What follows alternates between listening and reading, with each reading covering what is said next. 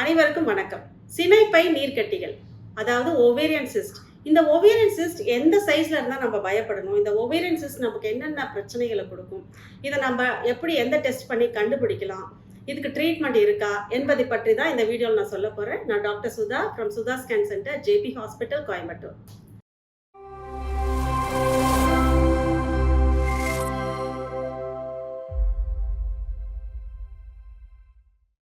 Ovarian cyst, இப்போ நீங்கள் நார்மலாக ஒரு ரெகுலர் செக்கப் போகிறீங்க, மாஸ்டரியல் செக்கப் போகிறீங்க. அப்போ ஸ்கேன் டாக்டர் பார்த்துட்டு உங்களுக்கு ஓவரியில் நீர் கட்டி இருக்குது அப்படின்னு சொல்லிடுறாங்க.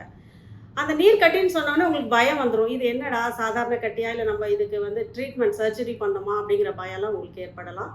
ஸோ இதை பற்றி தான் நான் இப்போ விளக்க போகிறேன். ஸோ ஓவேரியன் சிஸ்ட் அப்படின்னா அதில் ஃபஸ்ட்டு 2 கிளாசிஃபிகேஷன் அதை நீங்கள் ஃபஸ்ட்டு புரிஞ்சுக்கணும். ஒன்று சாதாரண ஃபங்க்ஷனல் நீர்க்கட்டிகள், அதாவது நம்ம ஹார்மோனல் சேஞ்ச்னால வர நீர்க்கட்டிகள். அதை பற்றி பயப்பட வேண்டாம். அது தானாக அது நம்ம ஒரு 1 or 2 months தானாக அதே உடைந்து விடும் அல்லது சின்னதாகி ரிசால்வ் ஆகிவிடும். இது ஃபங்க்ஷனல் சிஸ்ட். ரெண்டாவது பெத்தலாஜிக்கல் நீர்க்கட்டிகள். இதுதான் நமக்கு பிரச்சனை தரும். லைக் வயிறு வலி கொடுக்கும், ரப்சர் ஆகும், அந்த மாதிரி நிறைய காம்ப்ளிகேஷனில் போய் நிறுத்திட்டு இதான் பெத்தலாஜிக்கல் நீர்க்கட்டிகள்.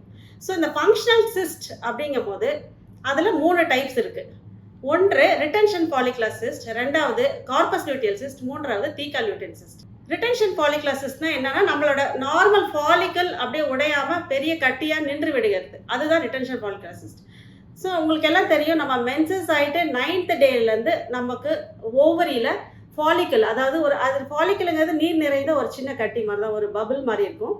அது ஸ்லோவாக ஒரு 10 millimeterலேருந்து கிராஜுவலாக அது இன்க்ரீஸ் ஆகி 14th டே அன்னைக்கு நார்மல் டாமினன்ட் ஃபாலிக்கலாக நிற்கும். அந்த சைஸ் 25 millimeter to 30 millimeter வரைக்கும் இருக்கலாம்.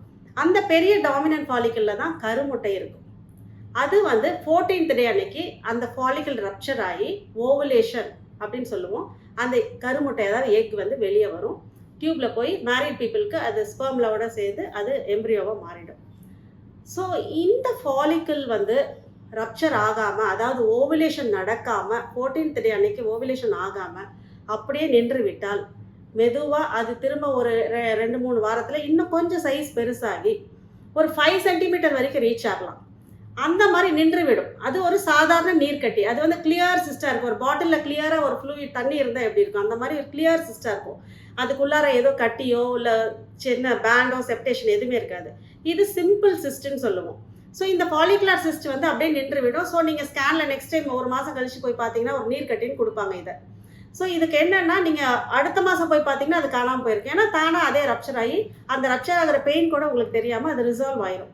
இதுதான் ரிட்டென்ஷன் ஃபாலிகுலர் சிஸ்ட். அந்த ஃபாலிகல் ரப்சர் ஆகாமல் நீர்க்கட்டி மாதிரி நின்று விடுகிறது. அதுதான் ரிட்டென்ஷன் ஃபாலிகுலர் சிஸ்ட். இது ஒரு டைப் ஆஃப் சிம்பிள் சிஸ்ட். இந்த சிஸ்ட் 5 centimeterக்கு மேலே என்லார்ஜ் ஆனதை அப்புறம் நம்ம சர்ஜரிக்கல் கரெக்ஷன் பண்ண முடியும். ஸோ அடுத்த சிஸ்ட் என்னங்கும் போது கார்பஸ் லுட்டியல் சிஸ்ட். ஸோ கார்பஸ் லுட்டியல் சிஸ்ட்டுங்கிறது ப்ரெக்னன்சியில் வர சிஸ்ட். நான் சொன்னேன் இல்லையா, இப்போ இந்த ஃபாலிக்கல் ரப்சர் ஆகி எக் வெளியே வரும். அதுக்கப்புறம் ரப்சரான ஃபாலிக்கலில் கொஞ்சம் நீர் கோர்க்கும், கலெக்ஷன் ஆகும். அதுதான் கார்பஸ் லூட்டியம்.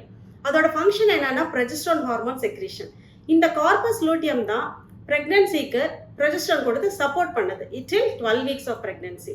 ஸோ இந்த ப்ரெக்னன்சியில் வர சிஸ்ட் தான் அந்த corpus luteal cyst. After 12 weeks placenta take over பண்ணிக்கும். ஸோ அந்த கார்பஸ் லூட்டியல் சிஸ்ட் தானாக அது டிஸப்பியர் ஆயிடும். ஸோ இது 2வது டைப்பான சிம்பிள் சிஸ்ட்.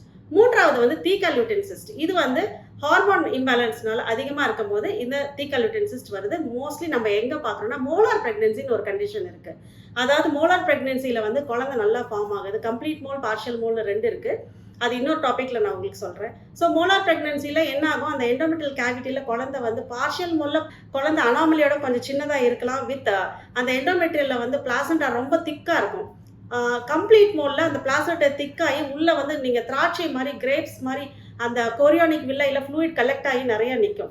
ஸோ இது மோலார் ப்ரெக்னன்சி இஸ் அப்நார்மல். அதை டிஎன்சி பண்ணி தான் நம்ம கரெக்ட் பண்ண முடியும். இந்த மோலார் ப்ரெக்னன்சியில் 2 ஓவரிலையும் நீர்க்கட்டிகள் வரலாம். அகெயின் சாதாரண நீர்க்கட்டிகள் தான். இந்த நீர்க்கட்டிகள் பேர் தான் தீக்கா லுட்டியல் சிஸ்ட். ஸோ இந்த மோலார் ப்ரெக்னன்சிக்கு டிஎன்சி பண்ணி 2 மாதம் கழிச்சும் இந்த தீக்கா லுட்டியல் சிஸ்ட் 2 ஓவரிலையும் இருக்கலாம். அதுக்கப்புறம் அதே தானாக டிஸப்பியர் ஆயிரும். ஸோ இந்த 3மே ஃபங்க்ஷனல் சிஸ்ட். எல்லாம் ஹார்மோன் ரிலேட்டட். இது தானாக டிஸப்பியர் ஆயிரும். இந்த ஃபங்க்ஷனல் சிஸ்ட் பற்றி நீங்கள் கவலைப்பட வேண்டாம். ஸோ யங் பீப்புள் இந்த ரிட்டென்ஷன் ஃபாலிகுலர் சிஸ்ட் அப்படின்னு உங்களுக்குலாம் கொடுத்தாங்கன்னா நீங்கள் அதை பற்றி பயப்பட வேண்டாம்.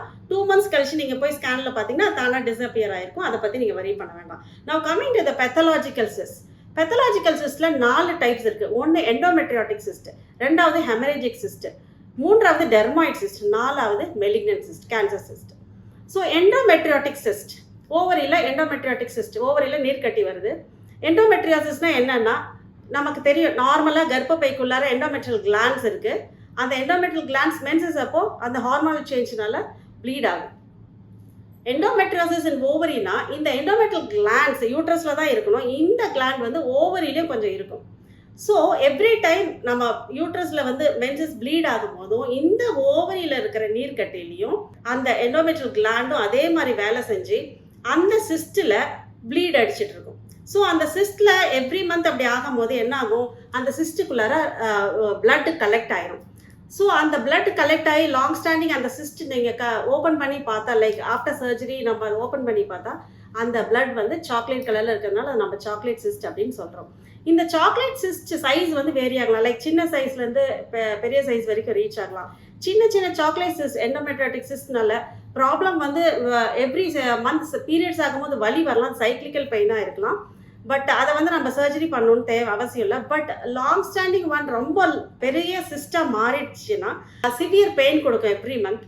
அண்ட் இன்ஃபர்டிலிட்டிக்கு ஒன் ஆஃப் த காஸ் வந்து எண்டோமெட்ரியாட்டிக் சிஸ்ட். 2 ஓவரிலையும் பெரிய பெரிய எண்டோமெட்ரியாட்டிக் சிஸ்ட் இருந்தால் அங்கே ஃபாலிக்கல் வரதை அது கொஞ்சம் தடுக்கிறதுனால இன்ஃபர்டிலிட்டிக்கு இந்த எண்டோமெட்ரியாட்டிக் சிஸ்ட் ஒரு ரீசன் ஆகும். ரொம்ப பெரிய சைஸாக மாறிடுச்சுன்னா அகெயின் சர்ஜரி பண்ணி தான் இந்த எண்டோமெட்ரியாட்டிக் சிஸ்ட்டை வந்து நம்ம ரிமூவ் பண்ண முடியும். Second one haemorrhagic cyst. Haemorrhagic cyst என்னன்னா, நம்ம நார்மலாக ஃபாலிக்கல் டெவலப் ஆகுதுன்னு சொன்னோம் இல்லையா, நம்ம மென்சஸ் ஆகி 9th டேலேருந்து 14th டே வரைக்கும் அந்த பெரிய ஃபாலிக்கல் என்ன ஆகும், சம்டைம்ஸ் ஓவலேஷன் நடக்காமல் ரப்சரும் ஆகாமல் அந்த ஃபாலிக்கல்குள்ளாரே சின்னதாக பிளட் வெசல் வந்து ப்ளீட் ஆக ஆரம்பிச்சிடும். ஸோ அது என்ன ஆகும், உள்ள ஹெமரேஜ் இருக்கும், ப்ளீடாக இருக்கும். அந்த பிளட் இந்த ஹெமரேஜிக் சிஸ்டில் இருக்கிற பிளட் என்ன ஆகும், லைக் எந்த பிளட் கிளாட்டும் ஃபைப்ரினல் ஸ்ட்ராண்ட் ஆகி செப்டேஷன் மாதிரி ஃபார்ம் ஆகி அது வந்து கொஞ்ச நாள் அதே தானாக ரிசால்வ் ஆகிடும். பட் சம்டைம்ஸ் இந்த ஹெமரேஜிக் சிஸ்ட் ரொம்ப பெருசானா அகெயின் அதுவும் வந்து வலி கொடுக்க ஆரம்பிச்சிடும், அடிவயிறு பெயின் கொடுக்கும். ஸோ நம்ம நீங்கள் கேட்கலாம், இப்போ எண்டோமெட்ரிக் சிஸ்ட்லேயும் பிளட் இருக்குது, ஹெமரேஜிக் சிஸ்ட்லேயும் ப்ளீடிங் இருக்குது. ஸோ ரெண்டுக்கும் என்ன டிஃப்ரென்ஸ் டாக்டர் அப்படின்னு கேட்பீங்க. ஃபர்ஸ்ட் நம்ம அல்ட்ராசவுண்டில் இது ரெண்டையும் நம்ம டிஃப்ரென்ஷியேட் பண்ணணும். எண்டோமெட்ரிக் சிஸ்டில் பார்த்தா செப்டேஷன், அந்த ஹெமரேஜிக் சிஸ்டில் இருக்கிற அந்த ஃபைப்ரினஸ் ஸ்ட்ராண்ட்ஸ்லாம் பார்க்க மாட்டோம். எண்டோமெட்ரிக் சிஸ்டில் லாங் ஸ்டாண்டிங் பிளட் கிளாட் இருக்கிறதுனால அது வந்து நாங்கள் டென்ஸ் லோ லெவல் இன்டர்னல் எக்கோஸும் உள்ளே வந்து சின்ன சின்ன டாட்ஸ் மாதிரி எக்கோஸ் பார்ப்போம். பட் ஹெமரேஜிக் சிஸ்டில் லைக் ஃபிஷ் நெட், மீன் வலை எப்படி இருக்குது அந்த மாதிரி ஃபைப்ரினஸ் ஸ்ட்ராண்ட்ஸ்லாம் இருக்குது. ஸோ இது ரெண்டையும் வச்சு தான் நாங்கள் வந்து எந்த சிஸ்ட்னே டிஃப்ரென்ஷியேட் பண்ணுறோம். எதுக்காக இதை நம்ம டிஃப்ரென்சியேஷன் ரொம்ப முக்கியம்னா, treatment varies. Endometric cyst again hormonal treatment இருக்குது. பட் ஹெமரேஜிக் சிஸ்ட்க்கு like 1 month follow up scan பண்ணி அது வந்து டிஸப்பியர் ஆகுதா அப்படின்னு சொல்லி நாங்கள் வெயிட் பண்ணுவோம். மோஸ்ட்லி ஹெமரேஜிக் சிஸ்ட் சின்ன சைஸாக இருந்தால் தானாக ரப்சர் ஆகிடும். கொஞ்சம் பெருசாக என்லார்ஜ் ஆகி சிவியராக வலி கொடுத்தா மட்டும்தான் அதை போய் இன்டர்வீன் பண்ணுறோம். ஸோ எண்டோமெட்ரிக் சிஸ்டில் சைக்ளிக்கல் பெயின் வரும், எவ்ரி மந்த் மென்சஸ் வரும்போதும் பெயின் வரும். பட் ஹெமரேஜிக் சிஸ்டில் எப்போ வேணால் பெயின் வரலாம். ஸோ எண்டோமெட்ரியாட்டிக் சிஸ்ட் வந்து பல மாதங்கள் ஆனாலும் அது டிஸப்பியர் ஆகாது. பட் ஹெமரேஜிக் சிஸ்ட் தானாக டிஸப்பியர் ஆக வாய்ப்பு இருக்குது. மூன்றாவது டெர்மாய்ட் சிஸ்ட். இந்த டெர்மாய்ட் சிஸ்ட்னா என்னன்னா, அந்த சிஸ்ட்ல வந்து நீர்க்கட்டி இருக்கு. அந்த நீர்க்கட்டியில நம்ம எல்லா ஸ்ட்ரக்சர்ஸும் பார்க்கலாம். என்னன்னா, லைக் நீங்க ஸ்கின் பார்க்கலாம், ஹேர் பார்க்கலாம், ஃபேட் பார்க்கலாம், போன்ஸ் பார்க்கலாம், டீத் கூட பார்க்கலாம். ஏன் இது எல்லாமே நம்ம இந்த டெர்மாய்ட் சிஸ்ட்ல இருக்குன்னா, இந்த டெர்மாய்ட் சிஸ்ட்ங்கிறது இது எங்கேருந்து வரும்னா, இட் அரைசஸ் ஃப்ரம் த டோட்டிபோட்டன்ட் செல். அதாவது இது எப்போ ஃபார்ம் ஆகுதுன்னா, நம்ம குழந்தை கருவில் இருக்கும் போதே அந்த செல்ல சேஞ்சஸ் நடந்து இந்த டெர்மாய்ட் சிஸ்ட் அப்போ இருந்தே ஃபார்ம் ஆக ஆரம்பிச்சிருது. ஸோ இந்த டெர்மாய்ட் சிஸ்ட் அகெயின் வந்து இந்த சைஸ் என்ன நம்ம பார்க்கணும். லைக் சின்ன 2 centimeter சிஸ்ட் எல்லாம் பார்க்கலாம். சம்டைம்ஸ் இந்த டெர்மாய்ட் சிஸ்ட் ரொம்ப நாள் நம்ம ஸ்கேன் பண்ணி டயக்னோஸ் பண்ணாமல் விட்டுட்டா 5 centimeter, ஈவன் 6, 7, 10 centimeters வரைக்கும் கூட போகலாம். மோஸ்ட்லி இந்த டெர்மாய்ட் சிஸ்ட் எந்த பிரச்சனையும் தராது. பட் சைஸ் என்லார்ஜ் ஆகும் போது தான் அடிவயிறு வலி கொடுக்கும். ஸ்கேனில் மோஸ்ட்லி நம்ம டெர்மாய்ட் சிஸ்ட் வந்து இன்சிடென்டல் ஃபைண்டிங்கை தான் கண்டுபிடிக்கிறோம். ஸோ இந்த டெர்மாய்ட் சிஸ்ட் பற்றி நம்ம ஏன் வரி பண்ணோம்னா, ஒன்று இந்த டெர்மாய்ட் சிஸ்ட் சைஸ் ரொம்ப பெருசாகிடுச்சுன்னா ஒன் ஆஃப் த காம்ப்ளிகேஷன் என்ன ஆகுனா, சம்டைம்ஸ் இது ரப்சர் ஆகிடும். ரப்சர் ஆனோன்னா அந்த டெர்மாய்ட் சிஸ்டில் இருக்கிற கண்டென்ட்லாம் அப்டாமினல் கேவிட்டியில் ஸ்பில் ஆகி அகெயின் அது வந்து ப்ராப்ளம் கொடுக்கும்.